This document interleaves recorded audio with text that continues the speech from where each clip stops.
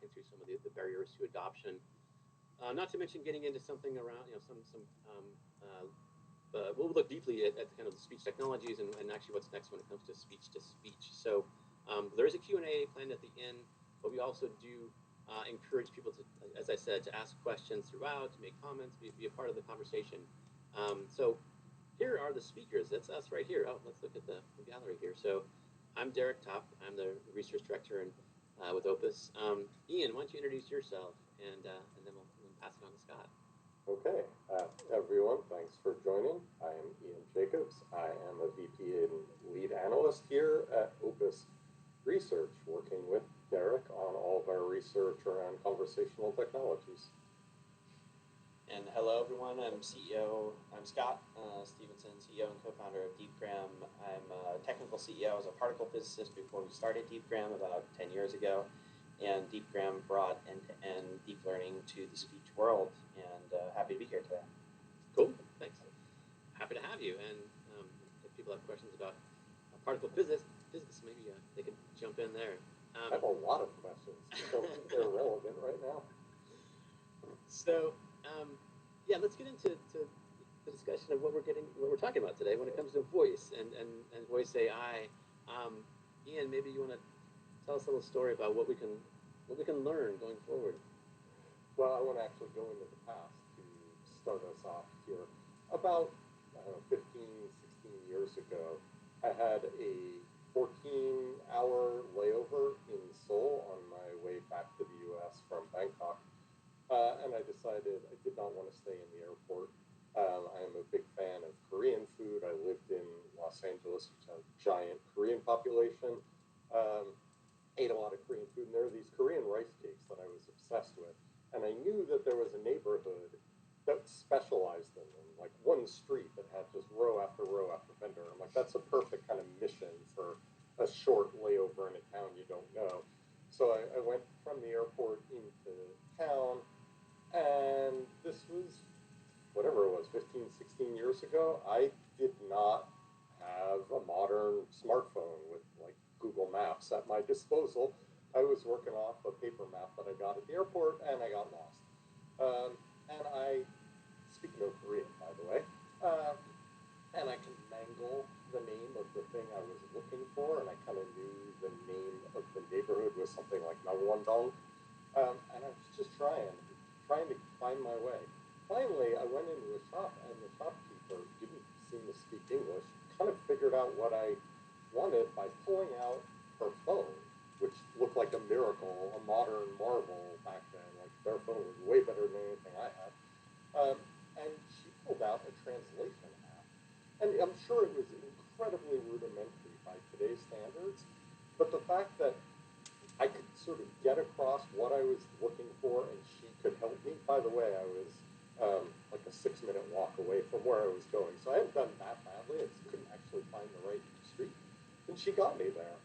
And it was like this revelation of the power of speech to connect people across the world in ways that just like writing things down was never going to accomplish, because she didn't speak English, I didn't speak Korean, I couldn't read the Korean characters, right? And I loved it, brought rice cakes home, it was wonderful, I had a great time, and it all worked out. But it was all because of the power of speech technology back then. Now, Right. fast forward 15, 16 years of innovation, companies like DeepGram making this a much simpler process. And we're not here to really talk about, consumer to shopkeeper direction kind of use case, but it's an exemplar of the amazing ways that the speech technology can really start to change people's lives. Obviously, also your business, and we're going to talk about the way to change your business, but I don't want to forget the fact that this stuff really helps bring people together, because the experiences are so rich and so human in a way that they just aren't in a text-based world. So that's kind of the framing I wanted to throw out there. Yeah, and I mean, and to get to that nugget you just talked about in terms of how voice and speech technologies are becoming integrated into each of our daily lives, be it both consumers and businesses. Opus Research has conducted a survey, and this is the third time I think we've actually done this. But so we've done this with a fitting partner in DeepGram who is focused on speech technologies and voice experiences, but we wanted to look at the adoption of voice technologies, how people and really how businesses and employees and others are understanding the use of these technologies within the context of their not only day-to-day lives but also their businesses. So we did a survey recently. It was a few months ago in terms of looking at respondents around North America across a varied set of businesses. We did choose the primary industry, but you see the kind of the different verticals associated within this.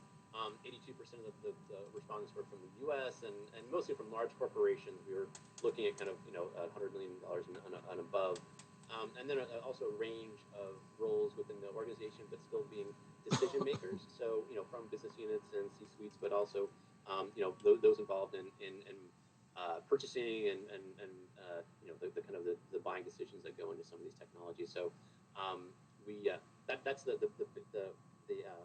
role that we or the response that we got out there. To dig right into it, we did see that voice technology is prevalent across the organizations we reached out to. So yeah, these are folks who are aware of voice technologies, who are seeing it as something that they're utilizing within, like I said, both employee services and their own kind of businesses in terms of the solutions they might provide.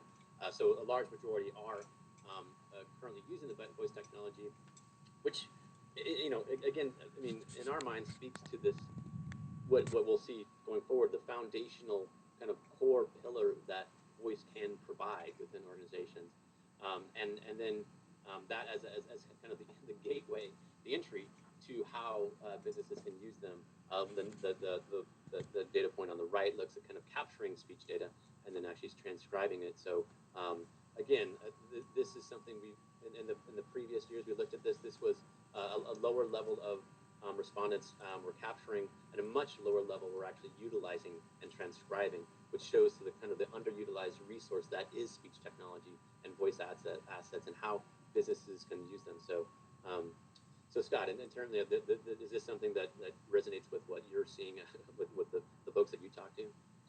Yeah, it's growing immensely, and in the past, I would say probably about 4 years, and it's been exponential, the growth increase that has happened. And actually you can see through the state of voice AI reports, like the state of voice AI reports, like the fraction of use going up over time. Exactly. And now it's even higher, but there's still so much room to go. And I think everybody probably listening can see all the different use cases that this will be prevalent in, and that there still is so much more to go. So it's already a big thing, and it's going to be 10 times bigger. Yeah. Yeah, one of the things that Derek hinted at, but I think we should make really explicit, is there are a lot of people now who are transcribing that data. Now we got to figure out how to get them to actually use it in meaningful ways to drive those experiences. A lot of it, it's not that it's shelfware, right? Some of it's for regulatory compliance and it's just sitting there transcribed, but it's actual valuable data that needs to be used to drive, again, going back to my Korean experience, those human-like experiences. How do you create those real time? Yeah, how do you create those real time experiences, right? Like where that real time interaction happens. Most of the transcription today is a batch mode type of transcription, like you're talking about, regulatory purposes or for training purposes or that type of thing. And this is where I'm talking about, like 10 times more growth is going to come from. Is like now you get to use it for real human-like interactions. Right. Yeah, I mean, we'll get into that a bit later. But at the same time, the adoption curve that we're seeing is focused on this idea that voice is foundational. Some level of like I said, kind of the gateway, the way to leverage conversational assets is something that being seen as something that's important to many organizations. In addition to some other reasons that others might implement this. And again, like you talked kind of briefly about this around compliance, but what are you seeing as far what does this say about the growth of voice within organizations? So there's two data points here that I think are kind of key. The first one is obviously the top number because it's the most cited response about why people are implementing it. And it's that voice isn't its own thing. It becomes fundamental to whatever the mission of the company is. The products and services that they're offering are now going to be predicated on these real-time human-like experiences, whether that's the collaboration tools like this webinar platform that we're on, or the unified communication tools, whether it's in a contact center kind of situation, or even whether it's in a bank branch. We're starting to see, those types of experiences. So one, when we say that it's becoming fundamental, it's foundational to the whole ethos of the company, right? This is where the company is going. The second data point is that third data point. There is still a huge amount of focus on driving operational efficiencies, something with our up and down economy over the last couple of months that maybe people are focusing even more on, right? How do we do that? And when you think about operational efficiencies inside the enterprise, if you're like me and spend a lot of time in the contact center, that's going to obviously come to mind, right? That is the land of try and drive more operational efficiencies. So the customer service automation, both to create new types of experiences that consumers might not have had because they might have been shunted off to kind of a web FAQ just because of staffing restrictions in a contact center, that can now be a rich, vibrant voice conversation, or automating the kind of conversations that you would have had with an agent that you probably never needed the real human being because it wasn't about human empathy and so on. Those are like the first wave of things that people are starting to, or the experiences that brands are starting to drive with this voice technology. And if you think about some of the other data points, on this slide, they also reinforce that, reducing costs very related to operational efficiency.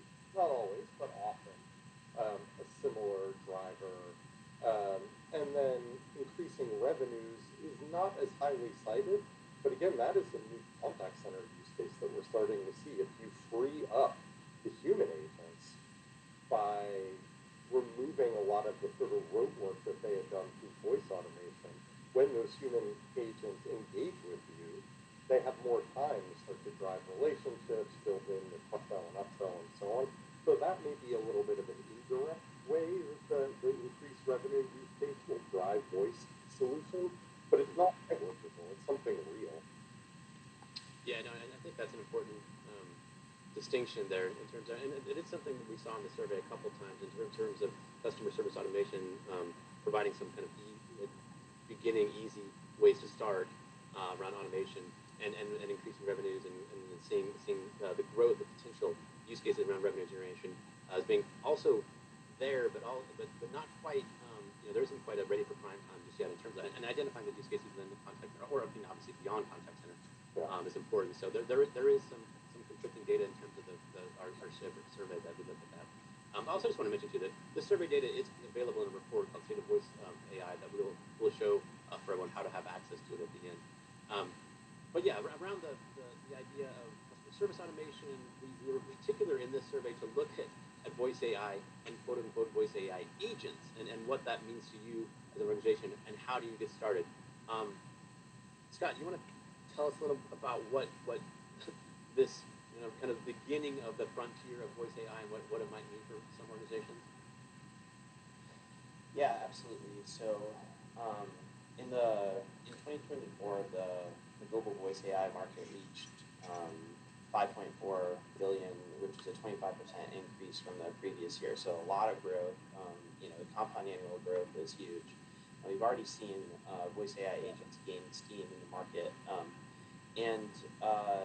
Early signals are that there's a lot of promise in rising adoption. Like, it's not just a spike and then it's going to go away. Actually, this is turning on and never turning off again. So it's going to grow very rapidly. And in the next slide we can talk about what a human is able to do, and I think this really helps drive the point home, where a human is able to multitask. We can process multiple input streams. We can do this all simultaneously and juggle them. we can apply context to the situation. So like even if you call somebody, you can a lot of times tell if they're driving, right? Like, oh, are you in the car? That type of thing. Oh well, then I won't bother sending you this image for you to look at or whatever, because keep your eyes on the road, etc. That type of thing. That this ability to apply context in a conversation is very innate to a human as well. It's something a lot of times I think we don't think about, but we're able to do. And then a human can understand really well what's being said, but also with nuance. So they take that context, they understand the words, they try to figure out where is this person coming from, and then respond in less than half a second. So this is a really complex system, that's happening. And when someone has finished saying what they're saying, we're really good at picking up on conversational cues. Like if somebody's half through a sentence and it says but there's still some silence, like, oh, they're going to say some more. These type of conversational cues are really important. And if you built a system that was only based on like, well, if there's a quarter of a second of silence, then respond, then you'll make a really annoying voice box, basically, right? Then finally, like humans in conversation are able to notice when somebody is joking, or they can laugh, or they can, apply with, or reply with an appropriate feeling.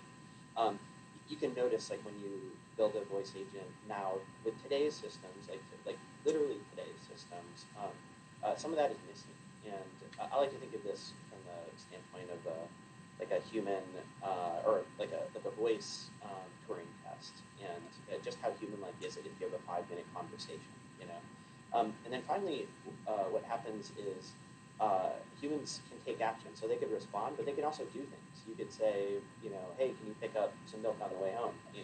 That agent can go take an action now when you're calling them in the car. So this is a very interesting thing that humans put together. And if we look at today, what today's conversational AI experiences struggle to do, it's most of those things. It's hard to multitask. The applying the context and figuring out the tone is still very difficult. Comprehending what's being said is now being done much better with high quality speech to text, but still, how do you do it with the different nuances of the conversation? I think a lot of folks that are trying to build voice agents today are struggling with getting the response time to be good. If you stack together a fairly slow speech to text with a fairly slow LLM with a fairly slow TTS, you're going to make a very frustrating experience, for the user. And then this is still a pretty unsolved problem right now. How do you take turns? And at DeepGram, we focus on this, and we build products for this. But I can tell you, we've seen a lot of struggling over the last few years, and this is why we built products to help address these concerns. But also, not all of them are solved yet. So getting the right joking and laughing and that type of thing in there it's not done yet. But responding quickly is, and comprehending much better is. And so that's our North Star at DeepGram, is just what can a human do? That's what we want to build a product in order to address. Yeah. And it makes sense in terms of how companies are currently utilizing, and this is even today's conversational AI. I mean, that's one thing. It's also legacy IVR. So yes, how natural language, automated self-service systems had previously been used was around that legacy IVR. And we found within that, like 80% of organizations are using these agents. It's hard to call them agents, but like IVR, but also but only 20%. Looks like our unfortunately there's a redacted 21% of organizations are satisfied. So that first bullet point there, I think, comes through in Bright Talk. But yeah, so the point is, like we were seeing obviously this what had been a traditional way to provide some level of containment or deflection, or kind of 24/7, having an IVR as a way to at least gain some ground to answer questions for your customers. They are not necessarily fitting the bill when it comes to what could be done. And obviously, what Scott you're talking about is like kind of like some future in terms of in terms of empathy and taking action and having that kind of real time. But even the kind of the modest basic capabilities of what IVRs are doing now are not truly satisfying a lot of customers. So why is that, Ian? Well, why are they not satisfying them for all the reasons that Scott just talked about? I mean, he's even talking about early voice AI agents, like Yeah. to go further back to just speech-enabled, like real speech-enabled IVR is what you should call it, right? Not BPMF IVR. Of course, it's frustrating. Also, frankly, those conversations are scripted and linear, which leads to the old notion of IVR hell. You would get trapped in a loop and couldn't get out of it. In a more probabilistic sort of generative conversation, the conversation can go in lots of different directions. Sure, you can put guardrails on the conversation so you're not asking the bot its opinion of Proust or whatever, but you don't get stuck in those loops. You're having a much more natural, freewheeling kind of conversation where you can provide information in almost any order and it will pick out the important pieces. You don't have to literally give your phone number first and then your social, last four of your social, and then this, right? You give the information. So there's a lot of reasons why those conversations are unappealing to consumers and therefore not satisfying to brands because consumers don't like those conversations. Also, frankly, in traditional IVR, people hang up and they try a different way, and so you still have a vibrant email channel because IVR sucks. I mean, it's bad but true. It's true. The thing that I think is important to note here is not so much that 80%, but that the 15% of brands are already starting to say we need to develop modern voice agents, so let's think about it. But even more important than that is their projected timeline for deploying those agents is a lot shorter than we used to think was even possible for early chatbot conversational AI efforts, where you would actually load in the knowledge base and you'd do a million rounds of testing and it would go live and it would still suck, and so you pull it off and then you try it again, right? We're seeing deployment times here, in less than 6 months for really vibrant, and that's long, frankly, for a lot of these deployments that are enterprise use cases, like real value things, anything from appointment scheduling for dentist offices, right? That you think it's simple, but it's actually not a very simple use case because you're trying to balance all of your available resources along with all of the demand, and sometimes the resources and sometimes the demand are unknown. It's not a simple problem, but we're seeing brands solve that fairly quickly now, loading in all of their processes and procedures, all of their various different knowledge sources, and getting these things up and running quickly, like by enterprise standards anyway, quickly. I'm not saying 3 days, but it's no longer the 9 to 12 months to get this thing up and going. That's not the world that those 15% of the brands that are looking at this are looking at. And the reason that I'm highlighting that is because this is then their opportunity to leapfrog the competition, because they can get out with these experiences really quickly while everybody else is still thinking about it, right? It's not like, oh, my competition's doing it, I better think about getting started and then you can catch up. Nope, they're out. They're out with these experiences in the real world really quickly. Yeah, and I think the main part of that too is this understanding that there is a need. I mean, understanding what that use case is, and I think and getting started is the basic approach that many people are thinking about, and what had been a previous way to think about an IVR, but like I said, was very strictly focused on the containment or some kind of a balanced challenge. Now it's understanding how to utilize voice AI for positive benefits beyond just the old school IVR stuff. So and then obviously the ability to kind of get that up and going quicker, faster, and the time deployment is decreasing is another advantage of that. So so I think, Scott, in terms of how are you seeing folks get started, and what's next? There is a pretty standard way to start this path, right? Yeah, I see this. Right, hear this question a lot, which is okay, I see it. It's going to happen. It's real. The workflow, or into my business, or into my product, and there isn't one single way to do it. So you can see here, there's three that we see as the standard way to get up and going with something that can provide value right away. And on the left there, you see this build voice AI with you can build with a voice AI tech provider, and this a lot of times is where people will start. Where think of we have some listed here like Vappy, Chartnote, Lyrebird. These are all platforms that, for instance, use DeepGram under the hood in order to power their end product. But if we have over 1,200 customers in products that are built on top of DeepGram, and just in general, most of the products and demos that you see out there in the world use DeepGram somewhere as their underlying voice tech provider. But that's probably like the easiest sort of, there's already a GUI, you can just sign up, you can start using it, and then, but that's not necessarily come talk to DeepGram, that's go talk to any of these companies that are, building them. But we help power them in order to make that solution real. So if you need something that's like ready to go, off the shelf, like a white labeled product, and I just want to get going, then you talk with a tech ISV basically. And then there's another category here, which is trusted partners. There's really two types of them. One is like a cloud partner or cloud vendor that you may already be utilizing a lot of compute from. So think AWS or GCP, that type of thing.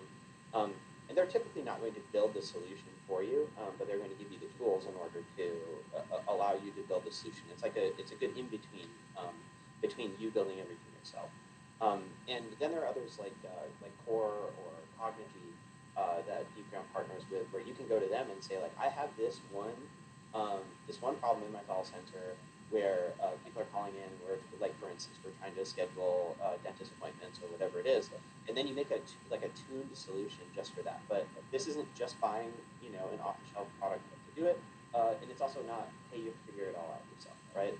But then you work with a partner there to do that. And then finally, there's a third way to do it, which is you saying, no, we've got the tech team.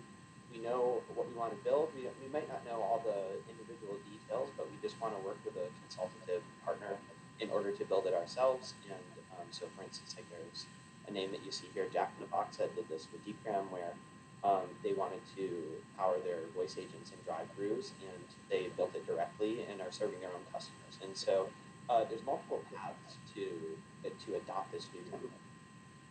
Yeah, and I see there's a couple of questions already starting to come in around integration and kind of some specific question about protocols, but I guess, and we will get into that, and then I encourage more people to answer questions. But yeah, in that working directly with DeepGram, can you tell a little bit more and about how that kind of service works in terms of having the integrations and getting them up and going, and identifying whatever challenges they might have, and getting Sure. that case in place.